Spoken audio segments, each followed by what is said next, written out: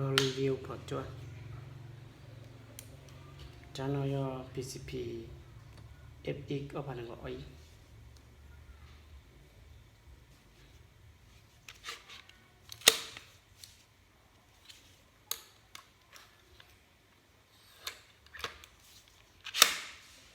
กล้องยอกล้อง Discovery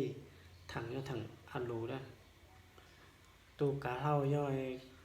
กาเล่าที่เกี่ยวกงเดี๋ยวที่ต้องเซ็นยอเก่าเกียร์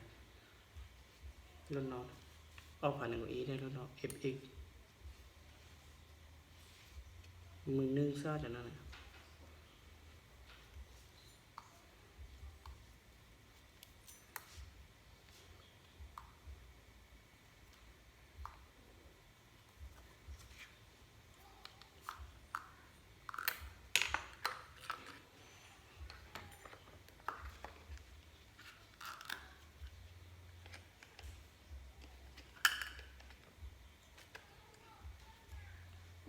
รุ่นน้อย PCP FX KO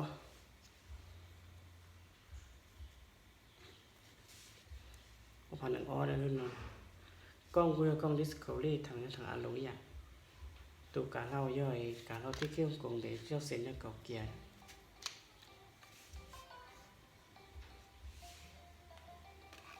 ที่สนใจเราติดต่อเต้าต่อก็ได้ได้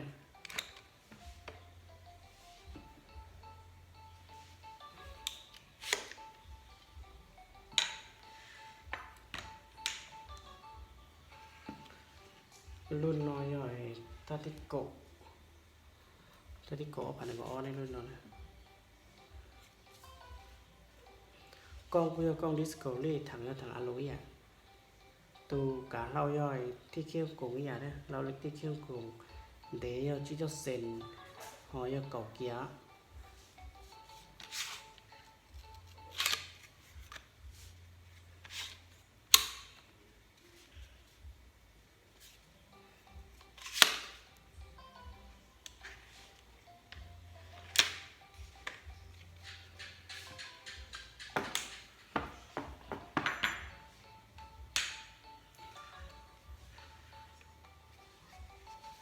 รุ่นน้อยย่อย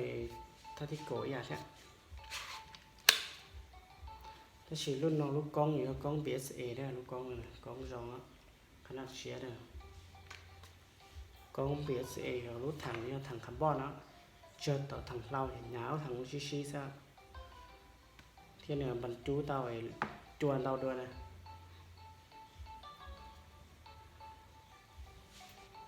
ที่จะสนใจในติดต่อตากูต่อก็แอปนะ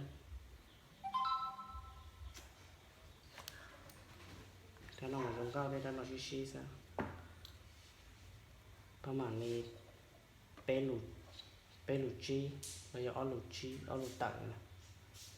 เปลูเราจะเปลูจีเนี่ยจ้ะนะที่สนใจติดต่อตากูต่อก็แอปนะ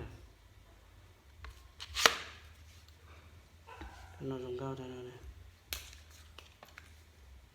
มือหนึ่งคือได้เตาเต็นได้เนี่ย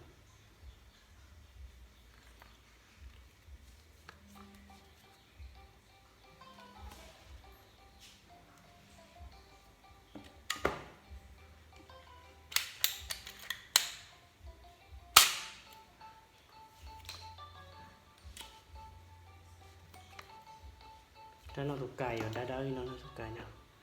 ถูกไก่น้องลงก้าวได้แล้วนะ